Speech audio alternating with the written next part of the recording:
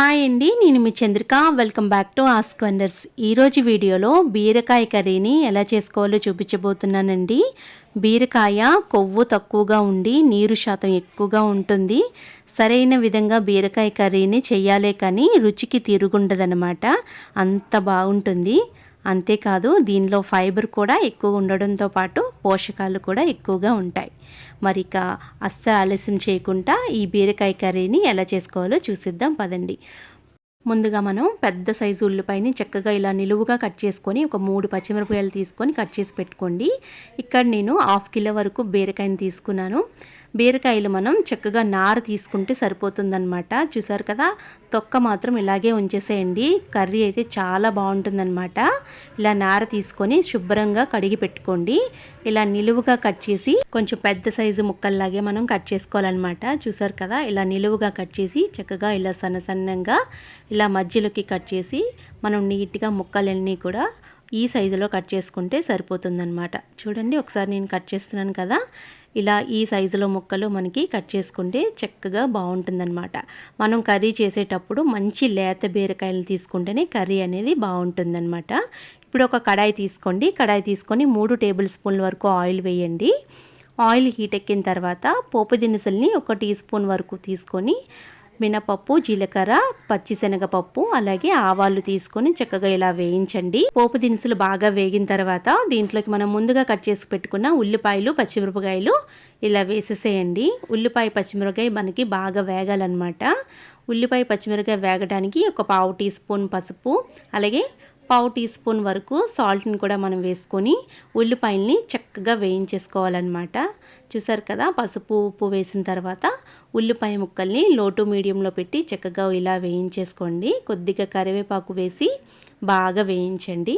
అలాగే 1/2 tea spoon వరకు అల్లం వెల్లుల్లిపాయ ముద్ద కూడా వేసుకొని చక్కగా ఇలా వేగనివ్వాలన్నమాట. ఏది కూడా చక్కగా మాడిపోకుండా ఇలా వేయించేసుకున్న తర్వాత ముందుగా మనం కట్ చేసుకున్న బీరకాయ ముక్కల్ని ఇలా వేసేసేయండి. చూసారు కదా, చక్కగా బీరకాయ మగ్గేంత వరకు మూత పెట్టుకొని మనం మగ్గించుకోవాలన్నమాట. బీరకాయ ముక్కలకి బాగా పసుపు, ఉప్పు బాగా పట్టేలాగా ఒకసారి బాగా కలిపేసి మూత పెట్టి ఒక 10 నిమిషాల పాటు అయినా సరే ఈ బీరకాయ ముక్కల్ని మనం మగ్గించుకోవాలండి.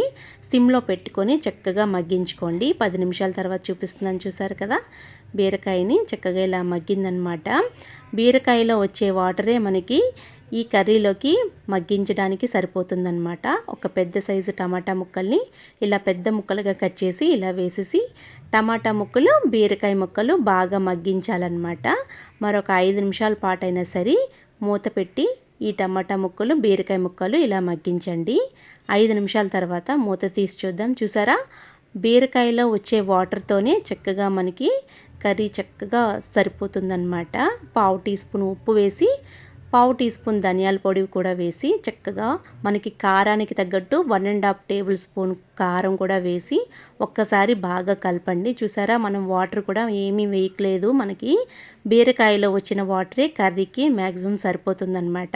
ఇప్పుడు మనకి కర్రీ మరింత టేస్ట్ రావడం కోసం ఇక్కడ నేను 3 టేబుల్ స్పూన్ల వరకు ఫ్రెష్ పెరుగుని వేసుకోండి.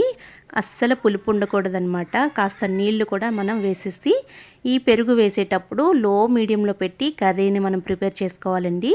లేకపోతే మనకి పెరుగు అనేది విరిగిపోతుందన్నమాట. లో టు మీడియంలో పెట్టి చక్కగా ఇలా మనం పెరుగుని బాగా గిలకొట్టి వేసేసుకొని తర్వాత ఈ పెరుగుతో పాటు మనం ముక్కల్ని బాగా ఉడికించుకోవాలి. మరొక 5 నిమిషాల పాటు చక్కగా పెరుగులోని ఉడికితే మనకి కర్రీ అనేది రెడీ అయిపోతుందన్నమాట. చూసారు కదా, కొద్దిగా దగ్గర పడింది కదా, మనం వాటర్ ఏమీ కూడా వేయక్కర్లేదన్నమాట. పెరుగు వాటరే సరిపోతుందన్నమాట. ఇలా చివరిగా కొంచెం కొత్తిమీరని ఇలా వేసేసుకొని ఒక్కసారి బాగా కలిపేసి అన్నంలో కానీ చపాతీలోకి కానీ చాలా టేస్ట్గా ఉంటుంది. అంతేనండి, చాలా సింపుల్ అనమాట. కర్రీని మీరు ఎప్పుడు చేసుకోవాలనుకున్నా ఈ విధంగా చేసుకొని ఈ బీరకాయ కర్రీని తినండి, చాలా బాగుంటుందన్నమాట.